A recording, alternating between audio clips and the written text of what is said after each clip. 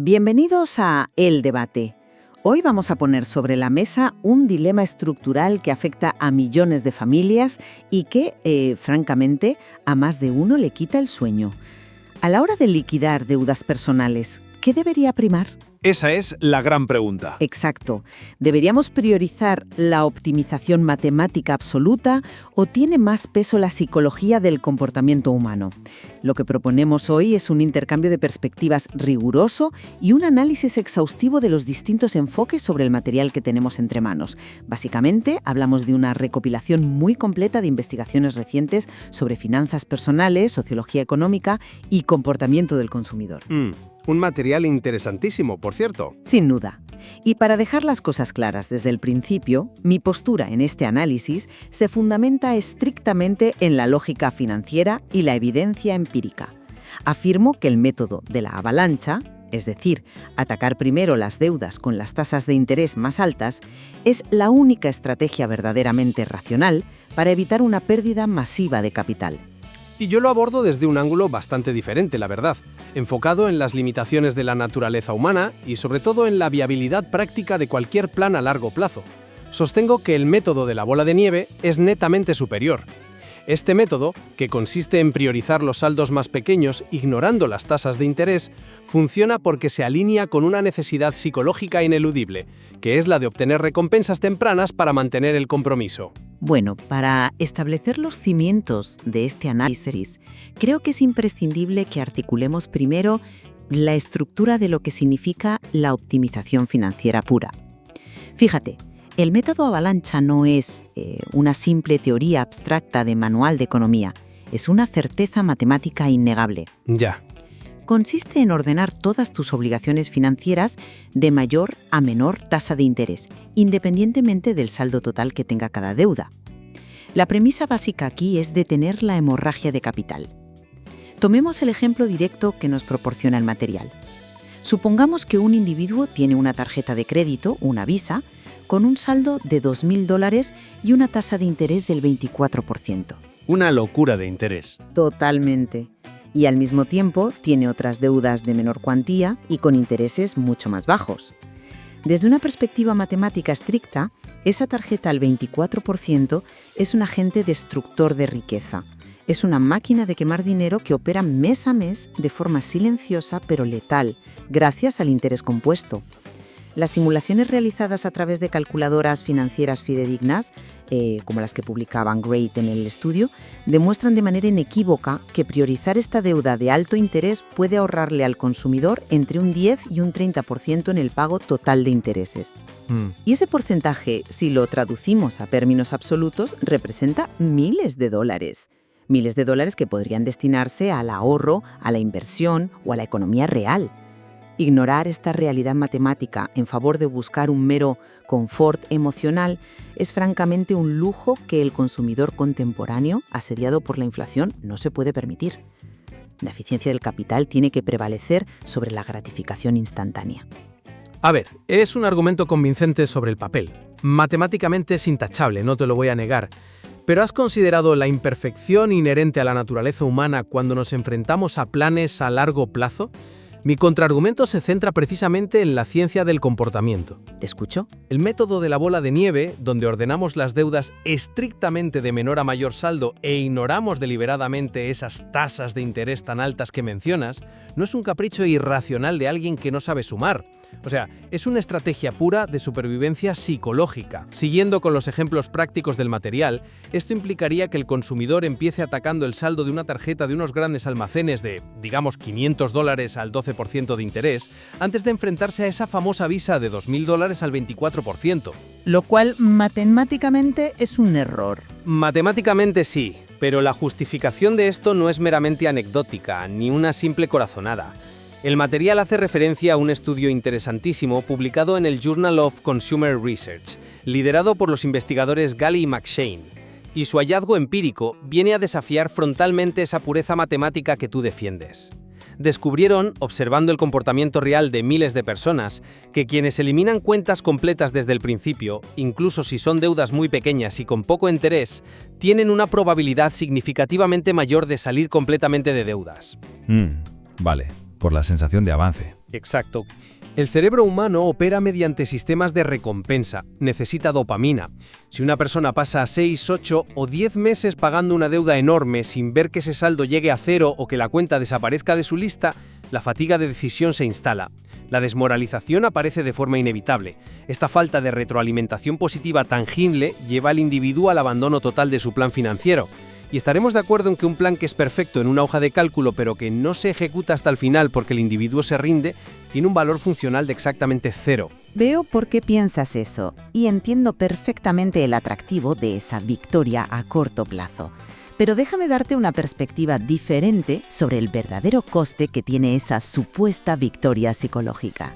El método de la bola de nieve, por su propia configuración, fomenta activamente el pago de miles de dólares adicionales a las entidades financieras. En términos de eficiencia de recursos para una economía familiar, es una sangría injustificable. Ya, pero... Y espera, porque no podemos debatir esto en el vacío, ni en un laboratorio. Debemos situarlo en el contexto crítico y real de los productos financieros actuales a los que se enfrenta la gente en la calle. Los datos del informe de UnidosUS exponen un panorama verdaderamente implacable. Los consumidores hoy en día están expuestos a tarjetas de crédito con tasas anuales o lo que allí llaman APR, que es el equivalente a nuestra TAE, que oscilan de manera habitual entre el 20 y el 28%. Sí, son cifras abusivas. Y la cosa no acaba ahí. Estamos hablando también de préstamos de vehículos subprimes de alto riesgo con intereses del 10 al 18%. Por no mencionar los llamados préstamos de día de pago, cuyos intereses son directamente punitivos y confiscatorios, superando a veces el 300% anual. En este ecosistema predatorio, sugerir a un individuo que pague primero una pequeña deuda al 12% simplemente para sentirse bien consigo mismo, mientras una tarjeta al 28% acumula intereses a sus espaldas, es exponer su patrimonio a una erosión inaceptable. La tasa de abandono del plan puede ser un factor, ciertamente, pero el coste real de esa ineficiencia fomenta una esclavitud financiera mucho más profunda. Entiendo perfectamente la gravedad de esos porcentajes, de verdad, y precisamente por eso lo abordo desde otro ángulo. Piensa en esto como si estuviéramos hablando de la ciencia de la nutrición y las dietas. A ver, Desde un punto de vista puramente biológico y metabólico, existe un régimen perfecto para la pérdida de peso, de cada individuo. Podríamos diseñar una dieta matemática donde el sujeto coma exactamente los gramos necesarios de pechuga a la plancha y brócoli todos los días para maximizar la quema de grasa. claro, Sin embargo, en el mundo real, fuera del laboratorio, de nada sirve prescribir la dieta matemáticamente perfecta si el paciente humano, al no ver resultados tangibles en el espejo tras 3 semanas de sacrificio constante, sufre un ataque de ansiedad, se rinde y se come una caja de donuts volviendo de golpe a sus malos hábitos. El mejor plan no es el que maximiza la eficiencia teórica en un simulador, el mejor plan es el que realmente se lleva a término. Y aquí es donde la psicología siempre le va a ganar la partida a la optimización de los números. Esa ineficiencia financiera temporal de la que hablas, el hecho de pagar unos intereses de más por atacar primero la deuda pequeña, es el precio a pagar. Considerémoslo una especie de prima de seguro. Es un seguro conductual que garantiza que el individuo mantenga el impulso para llegar a liquidar la totalidad de sus obligaciones. Ese es un punto interesante. Y la analogía de la dieta ilustra bien la fricción entre la teoría y la práctica, aunque yo no formularía de otra manera, integrando la realidad socioeconómica más profunda que aborda el material, especialmente si miramos los perfiles demográficos detallados en la investigación. Tomemos como caso de estudio el contexto del consumidor latino en Estados Unidos, que el texto desglosa con una precisión notable. Los datos que aporta la Reserva Federal son absolutamente reveladores y me atrevería a decir que alarmantes. Sí, son cifras muy duras. La mediana de deuda en tarjetas de crédito de los hogares hispanos se sitúa en torno a los $3.500. Si observamos la liquidez, que es el verdadero escudo protector de una familia, la vulnerabilidad se vuelve extrema.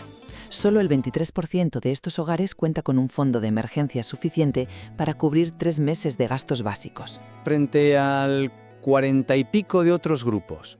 Exacto. Contrasta de forma drástica con el 44% que presentan los hogares blancos no hispanos.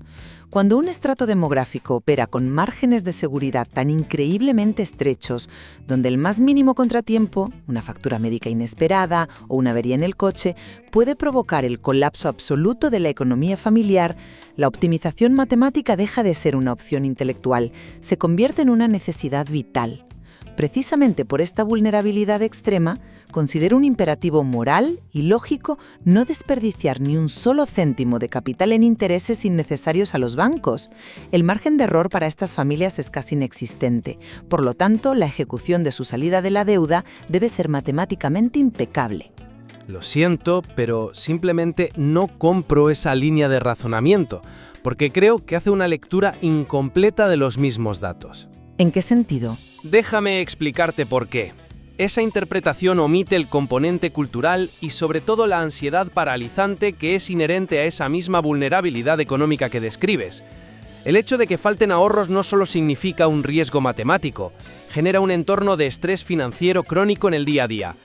Además, si sumamos a esto los hallazgos conjuntos de la Fundación FINRA y Unidos US que se detallan en el material, vemos que un 34% de la población latina no se siente cómoda hablando de sus deudas. Se percibe como un estigma, un fracaso personal que se sufre en el más absoluto silencio. Vale, la carga emocional es innegable. Están avanzando, es profundamente contraproducente. De hecho, la propia sociología nos da la clave de por qué la bola de nieve es superior y más natural en estas comunidades.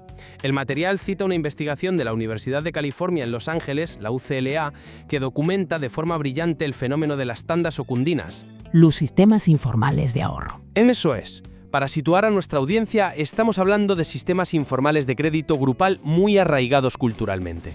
¿Y qué demuestran empíricamente estas prácticas? Demuestran que la disciplina financiera en esta demografía no se logra mediante hojas de cálculo a 10 años vista, sino que florece de forma natural cuando se dan 3 condiciones muy específicas: pagos fijos, plazos cortos y resultados rápida y socialmente visibles. Las tandas son en esencia la arquitectura psicológica del método bola de nieve llevada a la práctica comunitaria. Demuestran que el ser humano responde de manera óptima a la consecución de metas inmediatas y tangibles, no a la abstracción de que se van a ahorrar $800 en intereses dentro de 3 años. Hombre, no me convence del todo esa línea de razonamiento porque, en el fondo, asume de manera un tanto paternalista que el consumidor endeudado es incapaz de elevar su educación financiera y modificar su comportamiento si se le explica la matemática correctamente. Sin embargo, entiendo la apelación sociológica a la necesidad humana de los plazos cortos. De hecho, esto nos lleva al concepto del método híbrido, propuesto por varios planificadores financieros que se analiza en el material. Este método intenta conciliar ambos mundos y propone una secuencia muy específica de acción. Sí, perdona que te interrumpa ahí, pero me gustaría detallar la mecánica de este enfoque híbrido, ya que ilustra perfectamente el poder de la psicología aplicada y cómo los propios expertos han tenido que ceder ante la realidad conductual. Los profesionales plantean un protocolo en fases muy claras. La primera fase es crear un fondo de emergencia mínimo, un colchón de contingencia que ronda entre los $500 y los $1.000. La segunda fase es aplicar el método bola de nieve exclusivamente para liquidar 1 o 2 deudas muy pequeñas independientemente de su interés. El objetivo aquí es ganar esa inercia vital de la que yo hablaba. Encender el motor. Exacto, liberar dopamina al ver una cuenta cerrada. Pero quiero destacar aquí un beneficio técnico y financiero absolutamente crucial que el método puramente matemático suele pasar por alto o menospreciar. Al liquidar completamente estas pequeñas cuentas de manera rápida, se reduce la utilización de crédito del consumidor. Para que nos entendamos, el sistema de calificación FICO en Estados Unidos, que determina si eres solvente, penaliza severamente que uses un alto porcentaje del crédito que tienes. Si tienes un límite de 1.000 y debes 900, el sistema entra en pánico y tu puntuación cae. Este factor representa nada menos que el 30% de la puntuación FICO. Es decir, al buscar esa mera victoria emocional de cerrar la cuenta pequeña en los primeros meses, el consumidor está mejorando de manera inmediata su perfil crediticio. Acepto, sin reservas, la utilidad crítica del fondo de emergencia en la primera fase. Es indiscutible. Sin ese colchón de liquidez básico, la más mínima eventualidad en el mundo real, una urgencia médica o una reparación indispensable del coche, generaría inevitablemente nueva deuda. Y esa nueva deuda suele ser de emergencia y alto interés, haciendo descarrilar por completo cualquier metodología. Claro, sin eso cualquier urgencia te hunde. Sin embargo, si hacemos un análisis riguroso de este llamado método híbrido, verás que finalmente acaba dándole la razón a mi argumento central. Si observamos con detenimiento el tercer paso de esta estrategia, que dicta el manual, obliga al consumidor a cambiar de carril. Una vez superadas esas dos deudas iniciales menores y obtenida esa famosa inercia, el método exige transicionar directamente al método avalancha. Bueno, sí, como fase posterior. A partir de ese punto, se vuelve imperativo atacar la deuda con mayor tasa de interés para lograr la optimización final y proteger el patrimonio. Esto demuestra, a mi juicio, que la psicología puede ser un catalizador inicial útil, pero la arquitectura a largo plazo se rige inexorablemente por la matemática. Y aquí quiero introducir una advertencia severa que el material subraya constantemente. Existe una peligrosa tendencia conductual a tratar todas las deudas como si fueran entidades homogéneas, como si todas pesaran lo mismo. Ya sé por dónde vas. Retrasar intencionadamente el pago de ciertas obligaciones prioritarias o legalmente peligrosas solo por perseguir esa victoria emocional temprana es un error sistémico grave. Pongamos un ejemplo del texto. Priorizar el pago de una deuda médica menor frente a una deuda contraída con el IRS, que para que nos entiendan es el equivalente a nuestra agencia tributaria o Hacienda. Retrasar un pago a Hacienda conlleva consecuencias legales gravísimas y automáticas, como embargos directos de nómina. Las deudas médicas, por lo general, no tienen ese poder de ejecución inmediata. Confundir ambas deudas por buscar el confort emocional es un fracaso absoluto del análisis de riesgo. El contexto legal y matemático debe subordinar siempre la necesidad de sentirse bien a corto plazo. Totalmente de acuerdo. Esa distinción sobre la gravedad legal es innegable. Comparto plenamente tu cautela respecto a entidades como el IRS. Ahí no hay debate psicológico que valga frente a un embargo inminente. No obstante, al hablar de los errores del sistema y de cómo la gente interactúa con su deuda, debemos añadir a la ecuación la complejidad de otro error puramente conductual, que el material destaca. Adelante. Un error que suele sabotear incluso a aquellos ciudadanos diligentes que sí logran pagar sus deudas. Me refiero a la inclinación natural a cerrar las cuentas y cancelar las tarjetas de crédito una vez que el saldo llega a cero. Para la mente humana, que está orientada a completar tareas, si el objetivo era eliminar la deuda que causaba estrés, la acción de clausurar definitivamente la cuenta parece la conclusión lógica. Es decir, es un acto de purificación financiera. Decir, se acabó. Exacto. Pero paradójicamente, el sistema financiero penaliza de forma implacable esta acción instintiva. Retomando lo que hablábamos de la utilización del crédito, al cerrar la cuenta el consumidor elimina esa línea de su crédito disponible total. Si tenías un límite global de 10.000 sumando varias tarjetas y cierras una de 3.000, tu límite global baja a 7.000. Inmediatamente el porcentaje de utilización de cualquier otra deuda que mantengas se dispara hacia arriba. Al hacer esto, el consumidor está perjudicando gravemente esa misma calificación FICO que tanto esfuerzo le costó mejorar. Todo por no comprender que el sistema no premia el comportamiento humano intuitivo, sino sus propias reglas matemáticas. Efectivamente. Y fíjate que en ese aspecto el material es tajante y nuestros análisis convergen por completo. Cerrar la línea de crédito una vez que se ha liquidado la deuda es profundamente contraproducente para el perfil financiero a largo plazo. Creo que ambos podemos estar de acuerdo en que la recomendación técnica óptima es mantener esas cuentas abiertas con un saldo de cero. La clave está en emplearlas de manera residual y esporádica. Por ejemplo, domiciliando un pago fijo mínimo mensual como el Internet y abonando ese gasto en su totalidad a final de mes. De esta forma, se mantiene la amplitud de la línea de crédito y la utilización en porcentajes bajos que agradan a los algoritmos. Exactamente. Y esto demuestra mi punto subyacente. Es la gestión inteligente del comportamiento y del crédito lo que importa. Sin una profunda educación conductual, incluso la persona que logra pagar todas sus deudas con una matemática perfecta puede acabar siendo penalizada por el sistema simplemente por seguir su instinto de hacer limpieza. La psicología del consumidor y las reglas del sistema a menudo chocan de frente. Bueno, acercándonos al final de este tiempo que tenemos y tras desgranar las complejidades del material, creo que es oportuno sintetizar nuestras respectivas posiciones.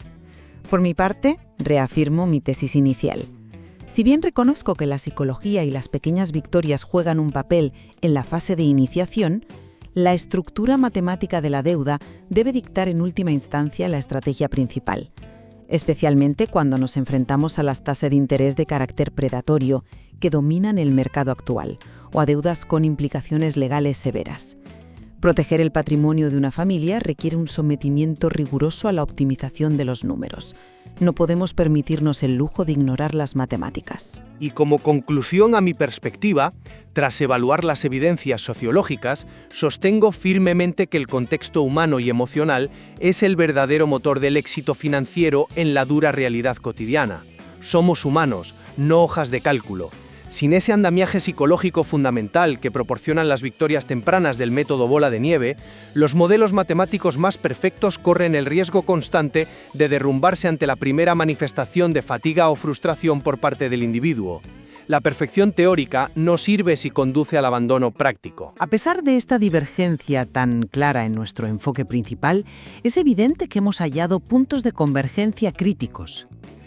Ambos reconocemos de forma inequívoca que el error financiero más devastador sería iniciar cualquier estrategia de liquidación de deuda sin haber establecido previamente ese fondo de emergencia básico de $500 a $1.000.